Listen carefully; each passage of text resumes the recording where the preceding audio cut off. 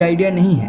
और इसी ब्रह्मांड में इतने सारे ग्रह सितारे मौजूद है जितना धरती पे रेती के दाने नहीं है। तो आज के इस वीडियो में इसी ब्रह्मांड में मौजूद कुछ रहस्यमय और अजीब ग्रहों के बारे में मैं बात करूंगा। और हो सके तो इस वीडियो को एकदम लास्ट तक जरूर देखना, क्योंकि लास्ट वाला प्लैनेट सबसे अजीब और कमाल का होने वाला है, द डायमंड प्लैनेट। इस प्लैनेट का असली नाम है 55 कैनक्री ई और ये एक ऐसा ग्रह है जो कि हीरे का बना है। इस प्लैनेट का हीरे से बना हिस्सा हमारी धरती के पूरे वजन से लगभग 3 गुना ज्यादा है। इस प्लैनेट को साल 2004 में डिस्कवर किया गया था। वैज्ञानिकों का कहना है इस प्लैनेट का 1/3 हिस्सा सॉलिड हीरे से बना हो सकता है। जैसा कि हम जानते हैं कि डायमंड कार्बन से बनता है, तो उसी तरह इस ग्रह का ज्यादातर हिस्सा कार्बन का बना है। वैज्ञानिकों ने अनुमान किया है कि इस प्लैनेट के कोर में मौजूद कार्बन के ऊपर बहुत ज्यादा प्रेशर पड़ने की वजह से ये कार्बन डायमंड में कन्वर्ट हो गया है। ये प्लैनेट स्टार 55 कैनक्री ए के काफी करीब मौजूद है, जिस वजह से इसका टेम्परेचर लगभग 1700 डिग्री सेल्सियस के करीब है। डायमंड से भरा होने के कारण पैसों के मामले में इस ग्रह की कीमत लगभग 27 नॉर्निलियन डॉलर्स की इक्वल है और ये हमारे पूरे धरती के जीडीपी से 385 क्वाड्रिलियन गुना ज्यादा है। आइडिया के तौर पे एक क्वाड्रिलियन मतलब 1 के पीछे 15 जीरोस और एक नॉर्निलियन मतलब 1 के पीछे 30 जीरोस। आई होप इससे आपको एक आइडिया तो लग ही गया होगा कि इस ग्रह की क्या कीमत हो सकती है। अगला प्लैनेट है केपलर 452b। 2015 में नासा के मुताबिक धरती के जैसा एक प्लैनेट डिस्कवर्ड हो चुका है, जिसका नाम दिया गया है केपलर 452b। जैसे हमारी धरती का अपना खुद का सूरज है, उसी तरह केपलर 452b का भी अपना सूरज है, जिसका नाम है G2। हैरान कर देने वाली बात यह है कि धरती से सूरज की दूरी जितनी है, केपलर 452b के साथ उसके सूरज की दूरी भी लगभग उतनी ही है। और यहाँ का एटमॉस्फेरिक कंडीशन भी लगभग हमारी धरती के जैसा ही है। मतलब हमारी अर्थ की तरह यहाँ भी पानी, मिट्टी और हवाएं होने की प्रबल संभावनाएं हैं। इसका मतलब यहाँ पर धरती की तरह बहुत से विचित्र प्रजाति के जीवों के होने का हायर पॉसिबिलिटीज है। पृथ्वी के साथ इतनी सिमिलरिटीज होने के कारण इसे अर्थ 2.0 भी कहा जाता है। सूरज का एक चक्कर लगाने में धरती को 365 डेज लगता है और वही दूसरी तरफ केपलर 452b को अपने सूरज G2 का एक चक्कर लगाने में 385 डेज जितना समय ले लेता है। मतलब दोनों के रिवोल्यूशन टाइम में सिर्फ 20 दिन का डिफरेंस है। हमारा सूरज 4.6 बिलियन साल पुराना है और वही दूसरी तरफ G2 6 बिलियन साल पुराना है। केपलर 452b हमारी धरती से 2 गुना बड़ा है। लेकिन अगर यहाँ पर एलियन लाइफ होने का चांसेस इतना ज्यादा है, फिर अभी तक हमें इस ग्रह में एलियन लाइफ के बारे में कोई इन्फॉर्मेशन क्यों नहीं मिल पाया है। दरअसल धरती से इस प्लैनेट की दूरी लगभग 1400 लाइट ईयर जितनी है। अब आप समझ ही चुके होंगे कि यहाँ तक पहुँचने में आज के टेक्नोलॉजी से बनी स्पेसशिप को कितना ज्यादा समय लग जाएगा। लेकिन अगर फ्यूचर में नासा, स्पेसएक्स और इसरो जैसी स्पेस एजेंसी अगर स्पेस ट्रैवल टेक्नोलॉजी को फ्यूचर में इम्प्रूव कर पाए, तो हो सकता है भविष्य में हम इस ग्रह पे कभी ना कभी जरूर पहुंच पाएंगे। अगर ये दोनों प्लैनेट्स के बारे में जानकर आपको मजा नहीं आया हो, तो जरा इस अगले प्लैनेट के बारे में सुन लीजिए।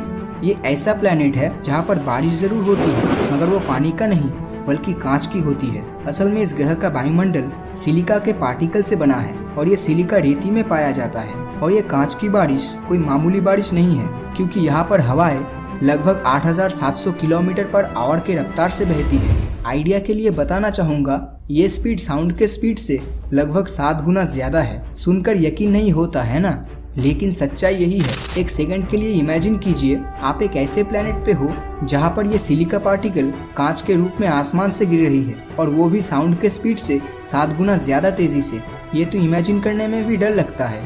इसके साथ इस ग्रह का तापमान लगभग 930 डिग्री सेल्सियस के करीब है, जो यही सिलिका पार्टिकल को पिघलाकर कांच में कन्वर्ट कर देता है। ये प्लैनेट HD 189773b को बाहर से देखकर कौन बता सकता है कि यहाँ पर कांच की बारिश होती है।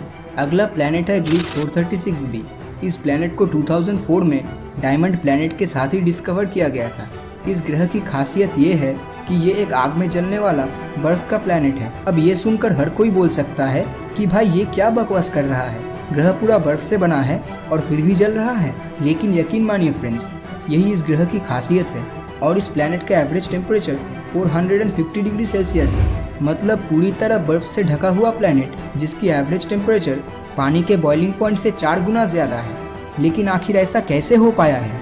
असल में इस प्लैनेट का ग्रेविटेशनल फोर्स इतना ज़्यादा है कि अगर हाई टेम्परेचर की वजह से बर्फ़ पिघलकर गैस में कन्वर्ट हो भी जाता है तो वो ऊपर आसमान में जाने की वजह और ग्रेविटेशनल फोर्स की वजह से सीधा प्लैनेट के अंदर चला जाता है और यही गैस फिर से बर्फ़ बन जाती है और यही रोटेशन प्रोसेस चलता रहता है और इसी आकर्षण बल के कारण ये एक नॉर्मल ग्रह की तरह भाप में बदल के बारिश भी नहीं ला पाता। इस प्लैनेट का आकार हमारे सोलर सिस्टम में मौजूद नेपच्यून के बराबर है और अपने सूरज का एक चक्कर लगाने में सिर्फ 2 दिन 15 घंटे का समय लेता है। मतलब यहाँ का 1 साल धरती के लगभग 2.5 दिन में ही खत्म हो जाता है। तो अभी तक मैंने जितने भी प्लैनेट्स के बारे में बताया वो सब हमारी धरती से बहुत ज़्यादा दूर मौजूद है, लेकिन लास्ट वाला प्लैनेट हमारे सोलर सिस्टम में ही मौजूद है जिसका नाम है टाइटन, जो कि सैटर्न यानी शनि ग्रह का चांद है। जैसे धरती का अपना नेचुरल सैटेलाइट मून है, ठीक उसी तरह सैटर्न का भी अपना मून है जिसे टाइटन कहते हैं। लेकिन इसमें आखिर ऐसी क्या खास बात है? टाइटन का एटमॉस्फेयर इतना डेंस है कि ईयर 2005 से पहले हमें ये पता भी नहीं था कि इसके भीतर की सतह पे क्या क्या मौजूद है। तो 2005 के बाद वैज्ञानिक टाइटन के भीतर की सतह के बारे में जान पाने में सक्षम हुए थे, जो कि कुछ इस तरह दिखता है। ये एक ऐसी जगह है जहाँ पर एटमॉस्फेयर के साथ साथ नदियाँ और झील भी मौजूद है। यहाँ तक टाइटन पर धरती की तरह ही बारिश होती है, लेकिन यहाँ का टेम्परेचर -179 डिग्री सेल्सियस जितना है। इसी वजह से यहाँ पर पानी भी छूने पर बिल्कुल एक चट्टान के जैसा महसूस हो सकता है।